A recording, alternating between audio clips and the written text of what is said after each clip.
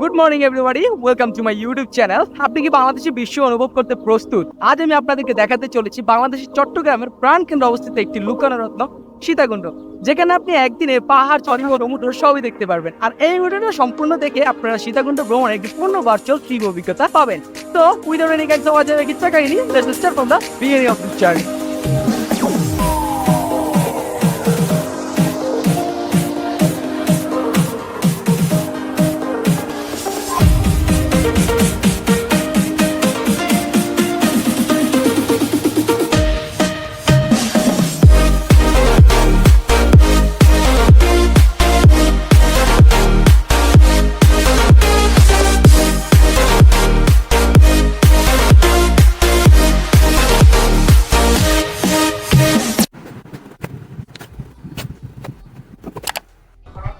আমরা এখন আছি সায়দাবাদ বাস স্ট্যান্ডে শ্যামলী কাউন্টারে।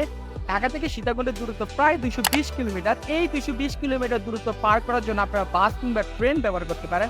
আমি একটি বাসের টিকিট কেটেছি শ্যামলী থেকে, যার জন্য আমাকে প্রায় 500 টাকা গুনতে হয়েছিল।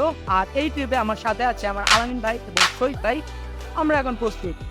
বাংলাদেশের দক্ষিণ পূর্বাঞ্চলের চট্টগ্রাম জেলার একটি ছোট্ট শহর সীতাকুণ্ড প্রকৃতি প্রেমীদের জন্য একটি সত্যিকারের স্বর্গ।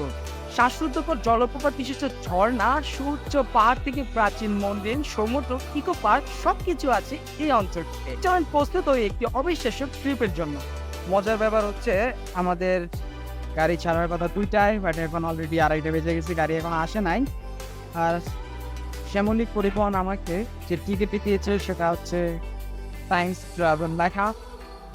তারা বলেছে রাতে গাড়ির না টিকিট হয় না। 2:45 বাজে, এখনো পর্যন্ত আমরা বাসের জন্য অপেক্ষা করতেছি। আমরা ছিলাম একটা কাউন্টারে, সেখান থেকে প্রায় 5 মিনিট হেঁটে আমরা আরেকটা কাউন্টারে আসছি। এখন আমরা দেখি বাস কখন আসে, বাংলাদেশের বাস সার্ভিস। ফাইনালি বাস উঠতে পারছি। এখন বাজে রাত 3টা, 2টার জায়গায় আমি 3টায় বাস উঠছি, তাও অনেক ধস্তাধস্তির মাধ্যমে। এনিওয়ে, এখন একটু চেষ্টা করবো ঘুমানো, যাতে কালকে সারাদিন আমি একটা টায়ারলেস দিন আপনাদের সাথে কাটাতে পারি। Good night. বিল ডান ভাই, আসি ভাই, থ্যাংক ইউ। বাস স্ট্যান্ডে নেমে আমরা সকালবেলা নাস্তা সেরে নিলাম একটা ক্যান্ডি রেস্টুরেন্ট নামে রেস্টুরেন্ট। চিপবাজারের ভিতরে আমাদের নাস্তায় আমাদের 3 জনের খরচ হয়েছে 205 টাকা। এখান থেকে আমাদের প্রথম গন্তব্য হচ্ছে চন্দ্রনাথ পাহাড়। চন্দ্রনাথ পাহাড় যাওয়ার জন্য আপনারা সিএনজি কিংবা রিক্সা ব্যবহার করতে পারেন। আমরা 3 জন সিএনজি ব্যবহার করছি এবং আমাদের 3 জনের খরচ হচ্ছে 80 টাকা। ইতিহাস মতে সীতাকুণ্ডের এই চন্দ্রনাথ পাহাড়ের বসবাস করতেন মহামণি ভরগব নামের একজন মনীষী। এবং তিনি যখন জানতে পারলেন দশরথের পুত্র রাজা রামচন্দ্র এখানে বসবাস করতে আসছেন, তখন তিনি এখানে 3টি কুণ্ড স্থাপন করেন।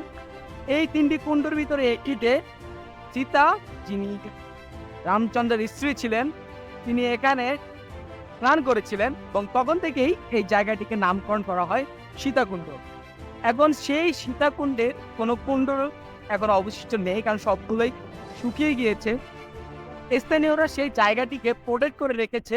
সীতাকুণ্ড বাজার থেকে চন্দ্রনাথ পাহাড়ের পাদদেশে আসতে আমাদের সময় লেগেছে 10 মিনিটের মতো।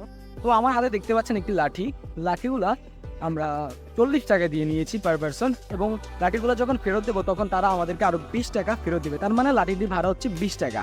আমাদের কাঁধে যে ব্যাগগুলো ছিল সেগুলো আমরা একটা স্থানীয় দোকানে রেখেছি, সেটাও আমাদের টোকেন সিস্টেম করে দিয়েছে, বলেছে 100% সিকিউর, এবং সেটার জন্য আমাদেরকে 20 টাকা করে ভাড়া দিতে হচ্ছে।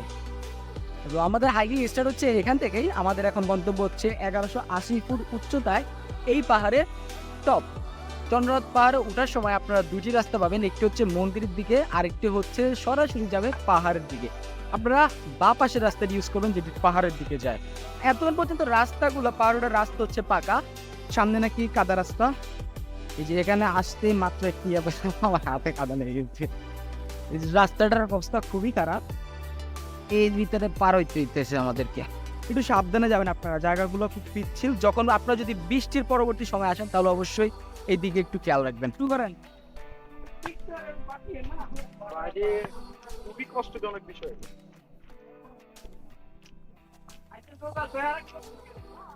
আসলে লাঠিটা খুবই উপকার করতেছে আমাদেরকে। লাঠি না হলে শেষ হয়ে যেতে আবার। তারা যে লাঠি দিচ্ছে, হ্যাঁ আমরা তো ভাবছিলাম তাদের ব্যবসা, আসলে আমাদেরই উপকারের জন্য। আর এই সীতাকুণ্ড পাহাড়টি হচ্ছে চট্টগ্রামের সর্বোচ্চ পর্বত শৃঙ্গ।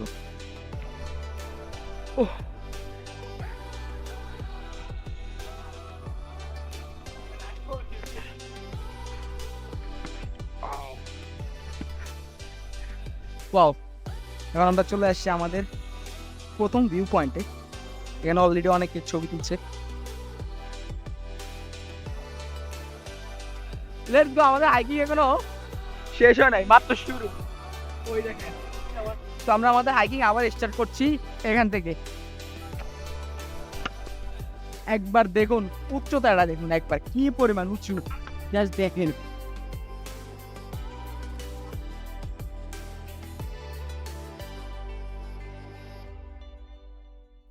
জাস্ট পাহাড়টা দেখুন কত উঁচা।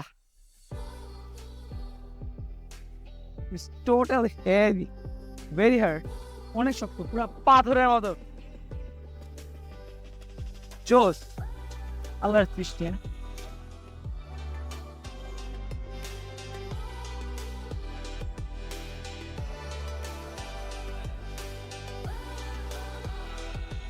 প্রায় হাফ এন আওয়ার তো হবে না আমরা হাইকিং করতেছি।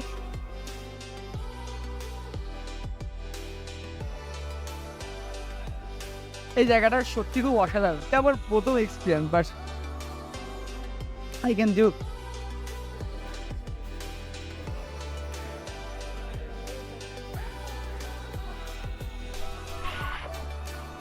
আপনারা যারা সীতাকুণ্ডে আসতে যাচ্ছেন এবং পাহাড়ে হাইকিং করবেন বলে প্ল্যান করেছেন, তারা অবশ্যই একটা জিনিস অ্যাভয়েড করবেন, সেটা হচ্ছে একটানা বিরতিহীনভাবে উঠার যে প্রবণতা, সেটা চেষ্টা করবেন কিছুক্ষণ পর পর একটু রেস্ট নিয়ে পানি পান করবেন। আর এভাবে বসে বসে এরকম ভিউ দেখবেন।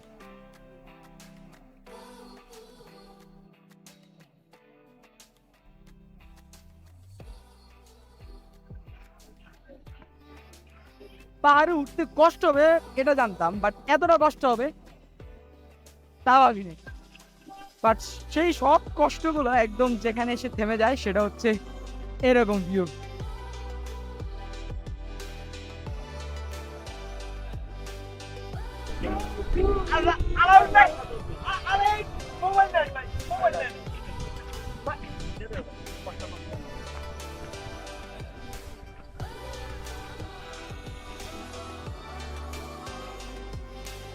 Amazing feeling after 24-hour work.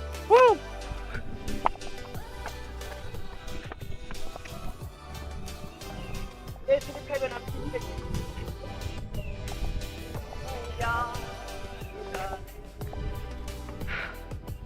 আমাদের হাইকিং এখনো চলতেছে, প্রায় 1 ঘন্টা 10 মিনিট হয়ে গেছে আমরা উপরে উঠতেছি পাহাড়ে, এখন পর্যন্ত উঠতেছি এবং এই রাস্তা শেষ হচ্ছে না। একটু বিশ্রাম নিয়ে এখন। অবশেষে আমরা অনেক কষ্টের করে সেই কাঙ্ক্ষিত চন্দ্রনাথ পাহাড়ের চূড়ায় এসে পৌঁছালাম। ভাই এখনো আসি না চন্দ্রনাথ পাহাড়ে। হ্যাঁ, যাও না সেটাই আসে।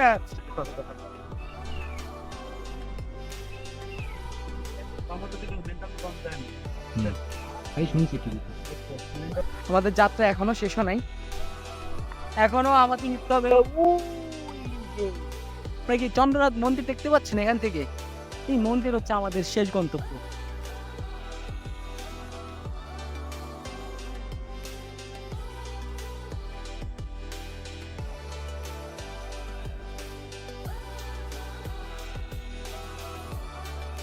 Finally we reach at the top. এটা কোনো শীতকাল না, আমরা এখন মেঘের ভিতরে আছি চন্দ্রনাথ পাহাড়ে একদমই চূড়ায়। Just feel the view.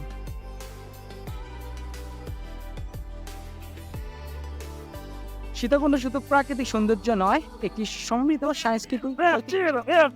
Sitakunda শুধু প্রাকৃতিক সৌন্দর্য নয়, একটি সমৃদ্ধ সাংস্কৃতিক ঐতিহ্য ধারণ করে। আমাদের যাত্রায় আমি এখন আপনাদেরকে প্রাচীন চন্দ্রনাথ মন্দির দেখাবো, যা এই সময়ের one of the best historical place হিসেবে দাঁড়িয়েছে। আসুন এই অসাধারণ স্থাপত্যটি এক্সপ্লোর করি এবং এর আকর্ষণীয় ইতিহাস ও ঐতিহ্য সম্পর্কে জানি।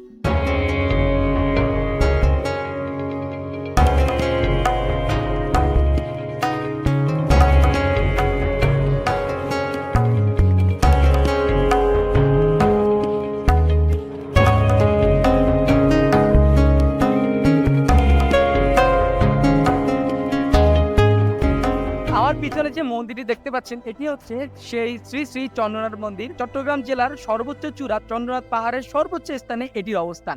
হিন্দু পবিত্র গ্রন্থগুলোর মতে এখানেই সীতা দক্ষিণ হস্ত পতিত হয়েছিল। এটি সনাতন ধর্মাবলম্বীদের জন্য একটি পবিত্র স্থান। এই চন্দ্রনাথ পাহাড় জয় করার পরে আমার কাছে এমন মনে হচ্ছে আমি টোটালি মেঘে ডুবে আছি। নামার পথে এখানে অসাধারণ একটি ভর্তার দোকান পেলাম। এখান থেকে আমরা পেয়ারা জাম্বুরার একটি মিক্স ভর্তা গেলাম। কত নিচ্ছে ভাই? কত নিচ্ছে? 70 টাকা। 70 টাকা এবং কোয়ান্টিটিটাও ছিল পারফেক্ট।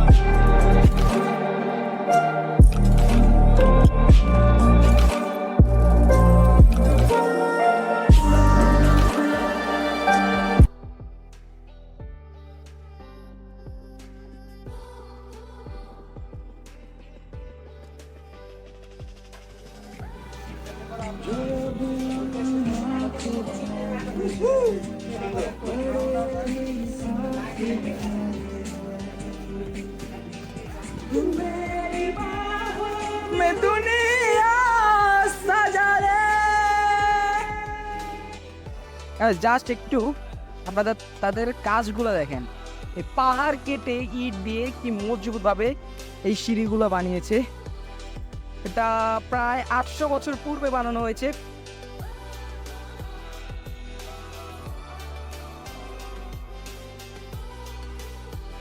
ভাই আপনারা করতেছেন না?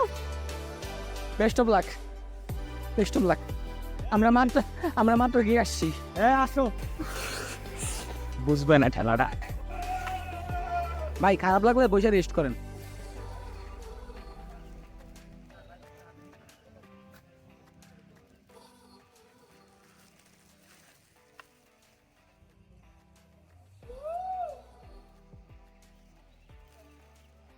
বাবা 5 পুরুষ থাকেন কোথায়? নিচে বাসা আছে। নিচে বাসা? দোয়া করবেন। আর এরই মধ্যে দিয়ে আমাদের শেষ হলো চন্দ্রনাথ পাহাড় জয়ের ব্লগ। 3 ঘন্টা হাইকিং এর পরে আমরা আমাদের আবার সেই পুরনো জায়গায় চলে আসছি, চন্দ্রনাথ পাহাড়ের নিচে। এই জার্নিটা খুবই এক্সাইটেড ছিল। It was so tough but so adventurous. Sitakunda পাহাড় থেকে যে জিনিসগুলো আমি শিখলাম সেটা হচ্ছে, এক, আপনি নতুন জুতা পরে কখনোই এই পাহাড়ে হাইকিং করতে যাবেন না, তাহলে আপনি জুতার অবস্থা পাল্টা। এবং আমার ড্রেসের অবস্থা দেখতে হবে।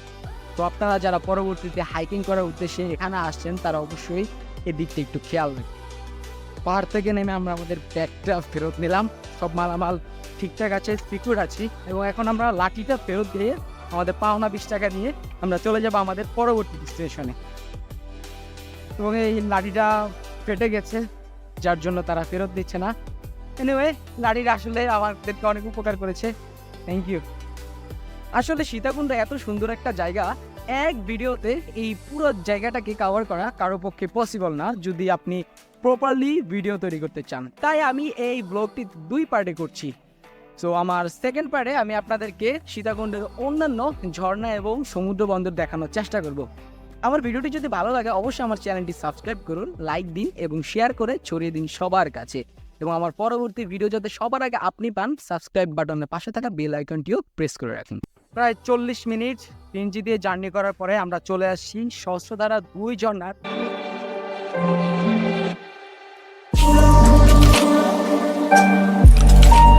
এখানকার ওয়েদার এতটাই খারাপ, যার ফলে আমি আমার মাইক্রোফোন বের করতে পারতেছি না। আপনারা যদি আমার সাউন্ড প্রপারলি শুনতে না পারেন প্লিজ আমাকে ক্ষমা করুন।